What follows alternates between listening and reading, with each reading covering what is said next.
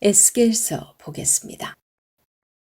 하나님께서 강하게 하신다 라는 이름의 뜻을 가진 에스겔은 예레미야와 동시대의 선지자입니다.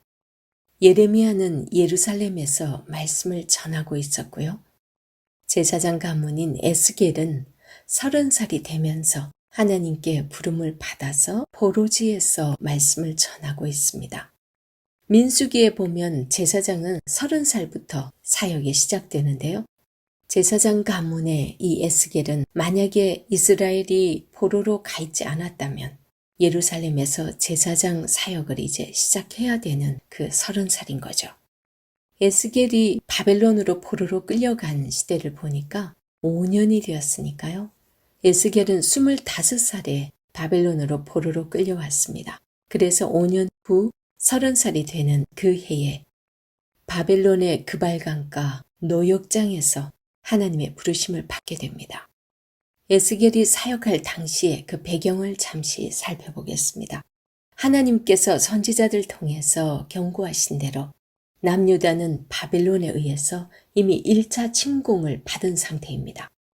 1차 갈그미스 전투 후에 패배한 애굽의 느고 왕이 분풀이로서 요시야의 둘째 아들 여호아하스를 잡아가 버리잖아요. 그렇게 해서 그가 세워놓았던 여호야김 왕을 바벨론이 1차 침공 때 1차 포로로 잡아갑니다. 그때 다니엘과 세 친구를 비롯한 많은 젊은 사람들이 바벨론의 포로로 잡혀가죠. 그리고 2차 침공으로 바벨론의 느부갓네살 왕이 여호야김 왕의 아들 여호야긴을 왕좌에서 폐위시키고 요시야 왕의 셋째 아들인 시드기야를 왕으로 세워놓고 여호야긴 왕을 비롯한 귀족들과 많은 사람들을 2차로 바벨론의 포로로 끌고 가게 되는데 그때 에스겔도 포로로 잡혀오게 됩니다. 그래서 노역장에서 일을 하고 있었죠. 같은 시대에 바벨론 왕궁에서는 1차 포로 때 잡혀간 다니엘이 왕궁에 잡혀가 있은 그런 상태였습니다. 에스겔은 BC 597년에 왕과 함께 포로로 끌려갔어요.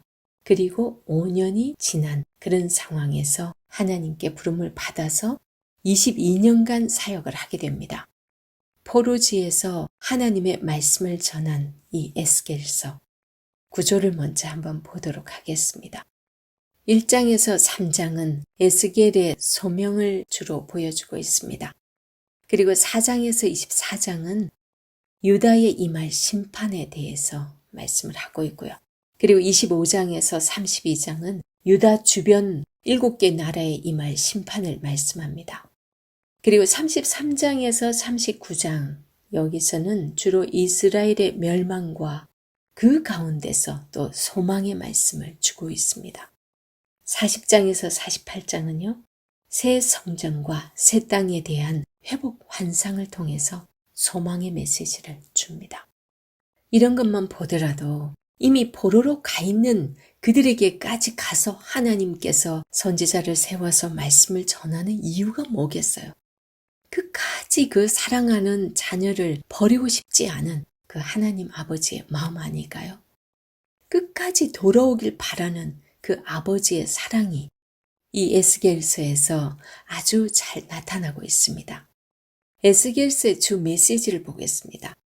첫 번째는 에스겔서 3장 3절의 말씀이라고 할 수 있어요. 두루마리를 먹으라. 하나님의 말씀을 먹으라는 거죠. 두 번째 메시지는 죄를 가볍게 여기지 말라. 이건 주로 에스겔서 4장에서 5장에 잘 나타나 있습니다. 세 번째 메시지는 하나님이 없는 하나님의 성전을 말씀하고 있습니다. 이것은 에스겔서 8장 5절에서 18절에 말씀하고 있습니다. 이 말씀을 보면 왠지 뜨끔합니다. 오늘날 우리가 교회라고 하는 곳, 하나님께 예배드린다고 간 그곳, 그 교회에 하나님이 없는 상태에서 우리는 혹시 예배드린다고 종교 행위를 하고 있지는 않은가? 그것을 하나님께서는 에스겔에게 환상을 통해서 보여주시죠. 그리고 네 번째 메시지는 회복하는 목자입니다. 34장에 그 종교 지도자들이 다 타락하고 양들을 목자 없는 양같이 다 버리워져 있도록, 그래서 그 양들이 다 흩어져서 이렇게 멸망당할 수밖에 없는 그런 상황에서 이제 진정한 목자, 하나님께서 세우신 목자를 보낼 것을 말씀을 하죠. 예수 그리스도를 말씀하고 있는 거죠. 그리고 다섯 번째 메시지는 이스라엘의 회복의 메시지입니다. 36장에 주로 많이 언급을 하고 있습니다. 그리고 48장 35절의 말씀이라고 할 수 있는 이 여섯 번째 메시지, 여호와 삼마, 여호와가 거기 계신다. 즉 하나님께서 이제 하나님을 모시고 있는 진정한 성전되는 그 한 사람 한 사람에게 그 속에 계신다라고 말씀을 하십니다. 곧 이것은 하나님께서 통치하신다라는 의미겠죠. 하나님의 회복의 때인 그날에는 하나님의 나라는 누구나 차별 없이 다 함께하게 될 것인데요. 하나님 나라의 통치는 규례와 법도로 하는 것이 아니라 하나님께서 주신 그 새 마음과 새 영을 부어주심으로 인해서 그 백성들을 변화시킴으로 인해서 변화된 그 무리들은 절로 하나님을 찬양하고 하나님의 말씀을 기뻐하고 정말 진정한 천국이 임하게 되죠. 그때 하나님의 영이 친히 하나님께서 온전히 통치하시는, 하나님께서 거기 계신다. 이 의미가 거기에 담겨 있습니다. 에스겔서의 내용은 환상과 비유 이런 것들이 많이 있기 때문에 내용이 상당히 어렵습니다.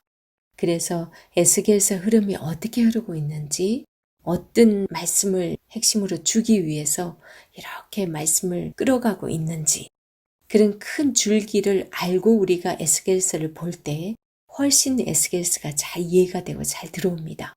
그래서 전반적인 큰 그림을 그릴 수 있는 내용을 요약해 드리도록 하겠습니다. 에스겔은 그발 강가에서 갑자기 환상을 보게 됩니다. 그때부터 하나님의 소명을 받게 되죠. 그렇게 에스겔서는 시작됩니다. 폭풍과 큰 구름이 다가오는데 구름 속에는 날개를 뻗어서 서로 접하고 있는 4개의 기이한 생물들이 있습니다. 이들은 각기 4개의 얼굴을 가졌고 또 곁에는 바퀴가 하나씩 총 4개가 있습니다. 이 모습을 우리가 한번 상상해 보십시오. 그림을 그려놓은 걸 봤는데 정말 이상해요. 어떻게 저렇게 모양이 될 수가 있지? 정말 한 번도 이 땅에서 보지 못한 그런 모습으로 참 의아했을 것 같습니다. 그 생물들의 날개가 눈부신 단상을 받치고 있어요. 그리고 그 위에 보좌가 있는 모습을 이제 에스겔이 보고 있는데 그 보좌 위에서 불처럼 사방으로 빛나는 사람처럼 생긴 형상이 턱 앉아 있습니다. 그 순간 에스겔은 자신이 무엇을 보고 있는지 깨닫게 됩니다. 아, 이것이 주님의 영광의 형상이구나. 그래서 하늘 보좌에 전차를 타고 계신 하나님이시다 라고 외칩니다. 환상 속 모습들은 마치 출애굽 이후에 시내산에서 나타나신 하나님의 모습과 그리고 언약궤를 덮으셨던 시온자 위에 그 하나님의 임재를 떠올리게 합니다. 그런데 어떻게 하나님께서 이스라엘이 아닌 포로지 바벨론에 이런 하나님의 임재가 나타나신 것일까요? 하나님께서는 지금 포로로 끌려와 있는 이 백성들에게 자신들의 죄가 무엇인지, 왜 이렇게까지 포로로 끌려오게 됐는지 그것을 알게 해주고 싶었습니다. 그러면서도 그것이 끝이 아니고 절망 때문에 이제 하나님도 떠나고 마음대로 그냥 자포자기하고 살라고 놔두는 것이 아니라 그 가운데서도 자신들의 그 죄를 깨닫고 돌아오게 하기 위해서 그 죄에 대한 실상들을 다양한 메시지를 통해서 막 보여줍니다. 그러다 보니까 때로는 막 행위 설교라고도 하죠. 이상한 모습을 보이면서 시각적으로 막 보여지는 그런 걸 하면서 하나님의 메시지를 전하기도 합니다. 그러다 보니까 예루살렘이 포위되는 것을 보여주기 위해서 실제로 예루살렘 모형을 짓고 그리고 나서 이제 막 공격을 당하는 것처럼 보이게 만드는 그런 형상을 하기도 하고요. 그리고 머리카락과 수염을 완전히 밀어버리고 그러고 나서 그것을 밀은 것을 막 칼로 막 착착착착착착 내리치는 뭐 그런 것도 보이기도 하고 그리고 또 어떤 경우는 이 이스라엘의 죄를 짊어지는 그 연기를 하기도 했습니다. 대속죄일에 그런 일을 했죠. 그래서 이 에스겔의 사명은 하나님의 뜻을 있는 그대로 전하는 것이었어요. 하나님께서는 에스겔이 혹시나 하나님께서 전하는 말씀 외에 자기 생각이나 그들을 위로하겠다고 엉뚱한 말을 전할까봐 하나님 말씀을 전할 때 외에는 말을 하지 못하도록 그렇게 만들어버렸어요. 에스겔은 정말 답답했을 것 같습니다. 그뿐만이 아니에요. 정말 지저분한 유다의 신앙을 드러내기 위해서 하나님께서는 에스겔에게 인분을 구워서 먹으라고 그래요. 막 사람 똥을 원래는 먹으라고 그랬는데 에스겔이 너무 기겁을 하니까 하나님께서 소똥을 구워 먹는 것을 허락하죠. 그리고 뭐 그뿐만이 아니죠. 한쪽으로만 누워가지고 며칠 동안 똑같이 그 자세로 있어야 돼요. 40일, 300일 이런 정말 괴로운 자세를 취하는 이거 정말 막 혈이 안 통했을 것 같은데 어떻게 그렇게 할 수 있었을지 모르겠어요.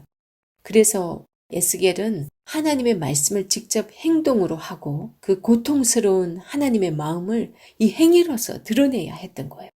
그런데 더 황당한 것은 하나님께서 에스겔에게 어떤 말씀을 하시냐면 하나님께서 에스겔에게 백성들에게 전하라고 한 그 말씀을 들을 자가 아무도 없을 거라고 말씀을 하는 거예요. 안 믿는다는 거죠. 에스겔의 마음이 정말 힘들었을 것 같습니다. 그리고 나서 약 1년 후에 에스겔은 성전에 대한 환상을 봅니다. 성전 앞 바깥뜰에서 이 커다란 우상신상을 보게 되는데요. 그리고 나서 이스라엘의 장로들이 이방신들에게 성전 안팎에서 제사하는 것을 봅니다. 그러고 나서 이스라엘의 여인들이 담무스라는 바벨론 신을 숭배하고 있는 모습까지 봅니다. 그 환상은 하나님의 영광스러운 보좌가 성전 위로 떠오른 뒤에 바벨론 쪽으로 향해서 떠나는 것으로 끝이 나는데요. 그 환상이. 바로 이것은 뭘 얘기하냐. 이들이 지금 성전에서 무슨 짓을 하는가 봐라.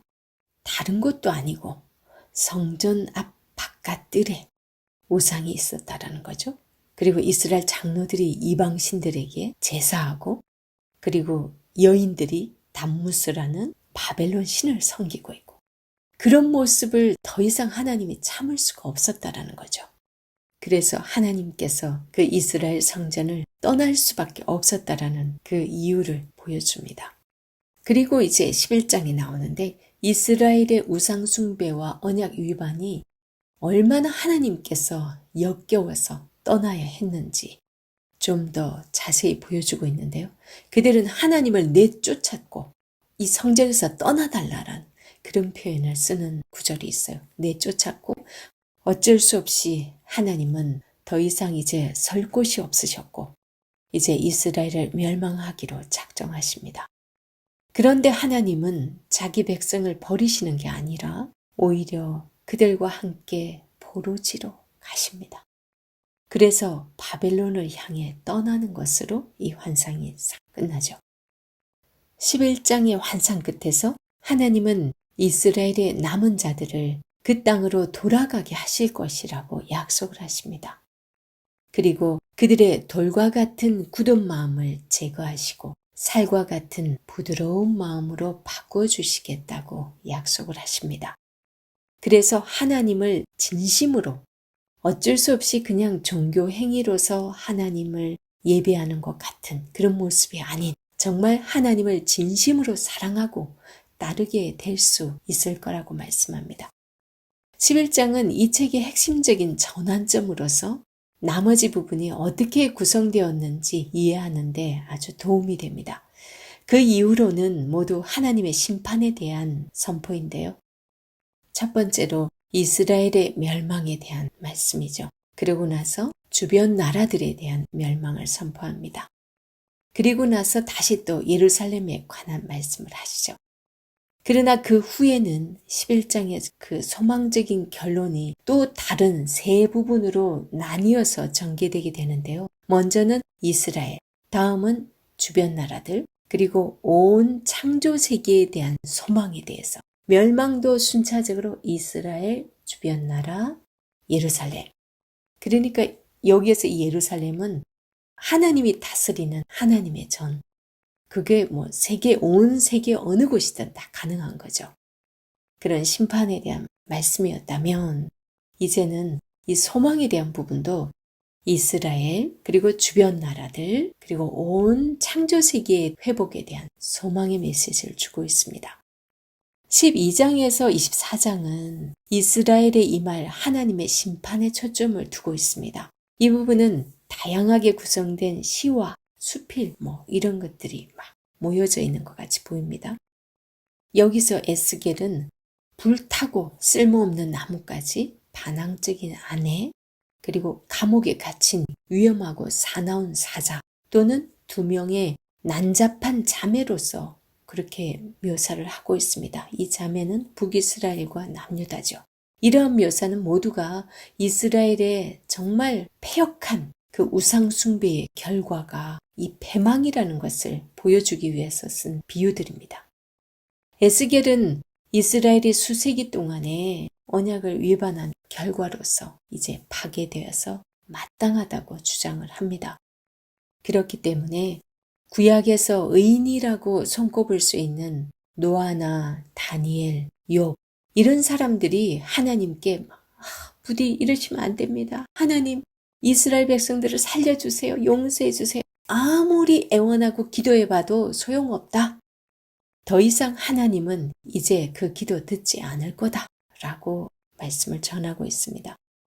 성경 곳곳에서 말씀하고 있듯이 하나님의 공의는 반드시 그 대가를 치르게 한다라는 거죠. 주변 나라들에 대해서는 먼저 애국과 두로에 초점을 두고 말씀을 합니다. 이스라엘은 이 두 나라와 동맹을 맺었고 그들의 신과 우상들을 받아들였습니다. 그래서 하나님은 스스로 교만하여 마음대로 옳고 그름을 판단하는 그 두로 그리고 애굽의 왕들을 꾸짖으십니다. 그리고 바벨론을 들어서 그들을 무너뜨릴 거라고 말씀을 하시죠. 그건 예레미야서에서도 똑같이 말씀을 하셨어요. 다른 이들과 함께 하나님의 심판대에 설 것이라고 알려주게 됩니다. 이런 이야기들이 끝나면서 33장의 이야기가 나옵니다. 에스겔은 이제 방금 예루살렘에서 온 한 난민을 만나게 되는데요. 그는 에스겔에게 바벨론이 예루살렘을 공격해서 도시가 무너지고 성전이 파괴되었다고 알려줍니다. 에스겔을 통해서 말씀하신 그 예언의 성취이죠. 그리고 33장에서 이제 핵심적인 사건이 일어납니다. 에스겔은 또다시 바벨론이 예루살렘을 완전히 포위했다라는 소식을 듣게 됩니다. 도시가 함락되었기 때문입니다. 성전은 파괴되었습니다. 에스겔의 그 암울한 경고의 말들은 모두가 다 현실이 되어버렸죠. 그들이 포로가 된 것은 이스라엘 역사상 가장 충격적이고 참혹한 일이었습니다. 하나님과 이스라엘의 관계가 완전히 끝나버린 것 같습니다. 하지만 11장에서 하나님은 이스라엘이 포로가 될지라도 아직 희망은 있다고 약속을 하셨잖아요. 그래서 34장부터는 에스겔의 그 소망의 환상들로 구성되어 있습니다. 첫 번째는 이스라엘, 그리고 열방, 그리고 온 창조 세계를 향한 소망입니다. 심판 선포와 마찬가지로서 이 소망의 선포도 이런 순서로 선포되고 있는데요. 이스라엘을 향한 그 소망은 하나님께서 새로운 다윗을 세우시겠다라고 한 그 약속으로 시작을 합니다. 다윗의 계보로 오신 메시아, 예수 그리스도를 말씀하는 거죠. 그 메시아는 이스라엘이 정말 대망하고 있는 그런 분 아니겠어요? 그 메시아가 다스릴 새 이스라엘은 변화된 이스라엘들만 그 나라에서 살 수가 있게 되는 거죠. 죄로 물든 이 인간은 절대로 그렇게 스스로 변화될 수가 없어요. 그래서 하나님께서 새 영을 보내주신다고 그러셨어요. 그래서 하나님은 그들의 굳은 마음을 새로운 마음으로 새 영을 주어서 바꿔주실 것이라고 말씀을 하죠. 그래서 신명기에서도 굳은 마음을 제거하시고 그의 영을 그의 백성에게 보내어서 부드러운 새 마음을 주어 하나님을 사랑하게 하고 따르게 하시겠다고 말씀을 하셨는데 그 말씀과 지금 여기 에스겔서의 말씀이 같은 맥락입니다. 이 말씀이 환상에서 구체적으로 보여지는 것이 마른 뼈 환상입니다. 마른 뼈로 가득한 거대한 골짜기, 그곳에 다 죽어있는 그 마른 뼈들은 이스라엘의 영적 상태를 비유하는 모습입니다. 이스라엘의 하나님에 대한 반역은 이제 실제 죽음을 가져오게 되었습니다. 또한 영적인 죽음을 의미하기도 하죠. 그런 그들에게 하나님의 영을 부어서 그의 백성을 다시 살리시겠다고 말씀을 하고 있습니다. 바람이 와서 모든 뼈들을 일으켜 세우고 그 바람이 생기와 생명을 그들에게 막 채워넣고 그리고 뼈들의 살이 덮이기 시작합니다. 그러고 나서 에스겔은 그 앞에 서서 군대가 된 모습을 보게 되죠. 이것은 마치 창세기에서 하나님께서 흙에 그의 생기를 불어넣어 사람을 만드시는 그런 모습을 떠올리게 합니다. 이 환상을 통해서 주시는 메시지는 하나님께서 죄로 인해서 다 죽어서 마른 뼈같이 된 그 인간은 오직 하나님의 새 창조를 통해서만, 하나님의 그 생기를 통해서만 소망이 있고 다시 살아날 수 있음을 보여주고 있습니다. 그러면 여전히 열방 가운데 팽배해져 있는 악과 하나님의 임재가 떠난 성전은 앞으로 어떻게 될 것인가? 그것을 에스겔서 끝에서 다뤄주고 있습니다. 38장과 39장은요. 열방에 만연한 그 악을 마곡 지역을 다스리는 곡이라는 이름을 가진 왕으로 의인하여서 하나님께서 최종적으로 모든 악을 물리치실 것을 약속해주고 있습니다. 에스겔은 성경에 나오는 고대 왕의 이름을 통해서 모든 난폭한 나라들을 대신 상징적으로 비유적으로 표현해주고 있는데요. 에스겔서에서 표현한 이 곡이라는 이 이름은요. 정말 악하고 포악하고 폭력적이고 거기에다가 하나님을 대적하는 인간의 전형으로서 그려지고 있습니다. 곡은 그의 백성을 회복시키려는 하나님의 계획에 반항합니다. 출애굽을 방해한 바로처럼 이스라엘 백성들이 하나님의 그 약속의 땅 가나안에 들어가지 못하도록 그 길을 막아섰던 그 아말렉 같은 그런 하나님의 말씀에, 하나님의 약속에, 하나님의 뜻에 반항하는 모든 저항하는 그 세력들을 곡으로서 대변하고 있습니다. 그래서 하나님께서는 그 하나님의 공의로 곡을 심판하십니다. 그렇게 열방에서 악이 마침내 사라지고 에스겔의 마지막 부분은 하나님의 임재가 어떻게 다시 성전과 그의 백성에게 돌아오셔서 온 세상을 회복시킬지 그 말씀을 해주고 있습니다. 에스겔은 먼저 새 성전과 새 도시에 대한 매우 길고 상세한 환상을 봅니다. 에스겔은 새 성전을 보게 되는데요. 그 성전은 솔로몬의 성전보다 크고 웅장했습니다. 새 제단에 새로운 제사장들, 그리고 완전히 새로운 예배 제도의 모습들을 보게 됩니다. 그 새 성전을 모두 본 후에 에스겔이 부름받은 처음 보았던 환상에 나왔던 그 하나님의 영광의 보좌가 이제 그 새 성전으로 돌아오게 됩니다. 성전에 대한 이 환상들의 의미가 여러 해석들이 있어 왔습니다. 어떤 사람은 이 환상이 언젠가 그대로 이루어질 것이라고 생각한 그런 경우도 있었고요. 어떤 사람은 재림 때에 하나님의 나라가 임하는 모습을 이렇게 보여준 것이다 라고 말하기도 합니다. 하지만 이것은 다가올 하나님의 나라에서 하나님의 영광의 임재가 임하는 것으로 보는 것이 합당합니다. 47장과 48장이 그 이유를 말해주고 있습니다. 작은 물줄기가 성전 문지방과 계단 밖으로 흘러나오는데 이 물줄기는 빠르게 거센 강으로 변하여서 성전과 도시를 넘어서 사막으로 흘러 들어갑니다. 그래서 지구에서 가장 황량한 장소로 지칭되고 있는 사해, 죽은 바다라고 해서 사해라고 하죠. 그 사해 계곡으로 흘러 들어갑니다. 그런 다음에 그 강은 생명과 나무들을 만들어내고 죽은 바다 사해는 식물과 동물들이 가득 찬 살아있는 바다로 변하게 됩니다. 이 모든 광경은 창세기 1장, 2장 거기에서 나타나고 있는 그 에덴 동산을 떠올리게 하죠.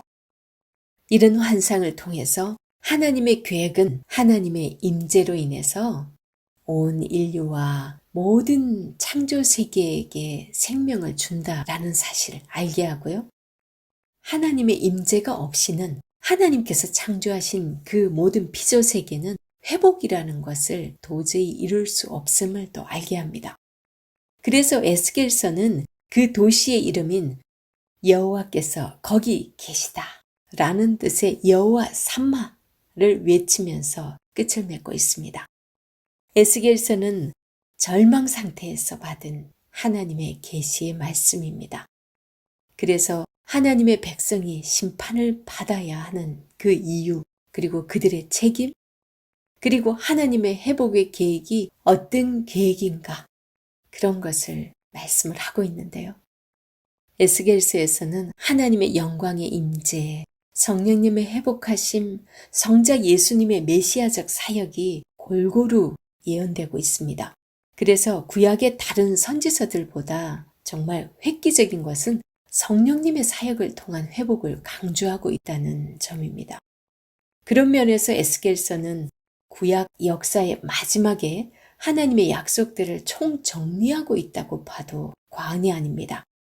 하나님과의 관계성에 관한 표현들을 보면 너희는 나의 백성이 되고 나는 너희 하나님이 되리라.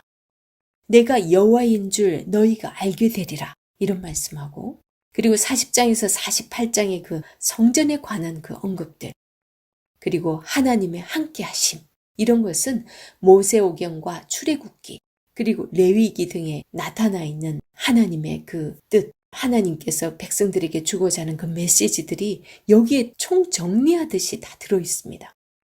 그리고 각 선지서들에서 항상 하나님께서 결론적으로 말씀하고 있는 것은요, 그들의 회복을 말씀하고 있고 그들에게 회개, 돌아오라는 것을 촉구하기 위해서 소망의 메시지를 늘 주고 계시다는 겁니다.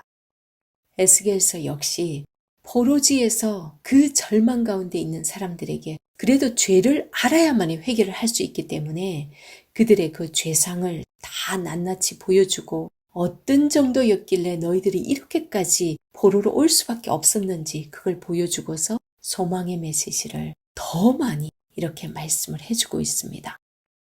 매를 들 수밖에 없어서 매를 들었지만 당신의 백성들에게 왜 너희들이 이렇게까지 매를 맞아야 하는지 알겠느냐? 그것을 말씀하고 계시는 하나님의 그 마음. 더 이상의 기대감도 가질 수 없는 절망 속에 있는 그들에게 다시 회복의 약속을 하면서 소망을 주시는 그 아버지의 마음. 이런 하나님 아버지의 마음이 너무도 애절하게 녹아있는 이 에스겔서를 보면서 소망이 없는 것 같은 오늘을 사는 우리도 이런 하나님의 마음을 기억하면서 다시금 우리의 삶을 돌아보았으면 좋겠습니다.